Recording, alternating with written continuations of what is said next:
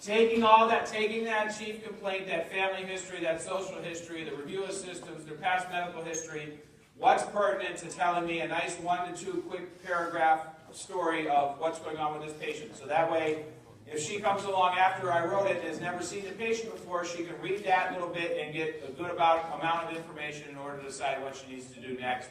And when I say what she needs to do next, that doesn't necessarily mean treat, but okay, you know what? According to this is going on, let me now go and look into these labs a little more, or go look into this, or go find other information. It's that Cliff Note version of everything that's going on, so that can direct my investigation a little more accurately. Okay? And it all says all that right there. Go. And then what you guys need to start thinking about at the end of lab today. So after you've interviewed this person, or the people at your table have interviewed this person, and you've come up with this HPI, and you've come up with all this subjective information, the next lab is going to be about objective information. Okay? Well, subjective and objective information, because we're just going to continually add on.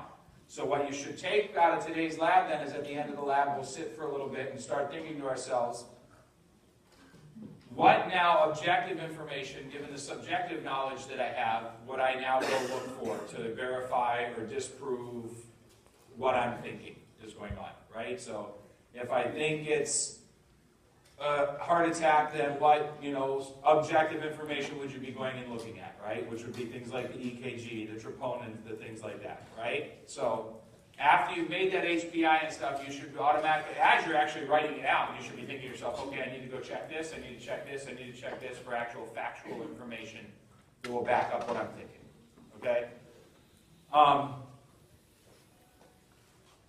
As pharmacists, we definitely should be looking at the past medical history section too. Anytime you're looking at a patient's chart, every disease state has a treatment, every treatment has a disease state. Okay? So if somebody's taking, lisinopril and you don't see hypertension or renal disease or something, you should probably ask them, hey, why are you taking lisinopril? Oh, my husband gives it to me, they said it would be good for me. Right? Well, come on, they want to put ACE inhibitors in our water, right? So why not? They want to put metformin, ACE inhibitors, and statins in our water. That way we'll all be healthy. So make sure, as a pharmacist, that you're looking, is there a treatment for every disease state, and every disease state has a treatment. Remember, I'm saying treatment. I'm not saying medication. I'm saying treatment. You have hypertension, you're not on any medications for it. Why? Well, because it's well controlled with just diet and exercise. Don't be that person. You have hypertension, you're on no meds, so we're going to start you on an ACE inhibitor. But why? My hypertension's fine, right? So a treatment doesn't necessarily mean a medication, okay?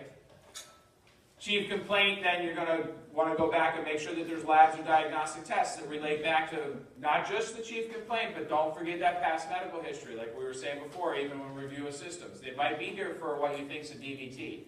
But if they have a history of hypertension or dyslipidemia and stuff, and it's been a while since they had the lipid levels checked, you might want to get a lipid panel, right? We want to make sure we're monitoring your past medical history also to make sure any encounter we have a chance to.